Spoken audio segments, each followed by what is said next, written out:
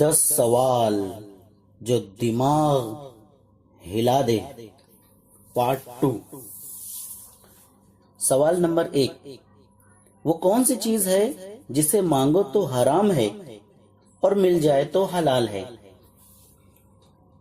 सवाल नंबर 2, वो कौन सी चीज है जो आपके पास हो तो निकाह नहीं हो सकता और अगर ना हो तो जनाजा नहीं हो सकता। सवाल नंबर 3, वो कौन सी चीज है जिसमें से धुआं तो निकलता है लेकिन वो गर्म नहीं होती। सवाल नंबर 4, वो मेरा बाप है लेकिन मैं उसका बेटा नहीं हूं, बताओ मैं कौन हूं। सवाल नंबर 5, वो कौन सी मिठाई है जिसमें एक फल और एक फूल का नाम भी आता है।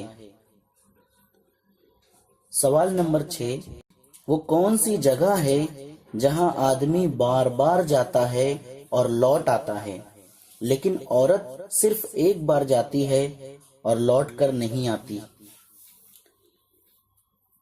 सवाल नंबर 8, 1 से 100 तक गिनती में हिंदसा 9 कितनी मर्तबा आता है।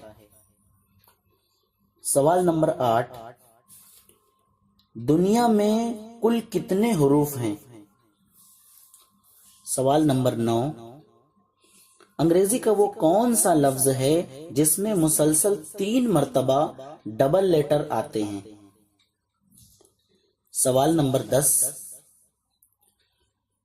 वो कौन सी चीज है जो बेजान या जानदार सबके पास होती है।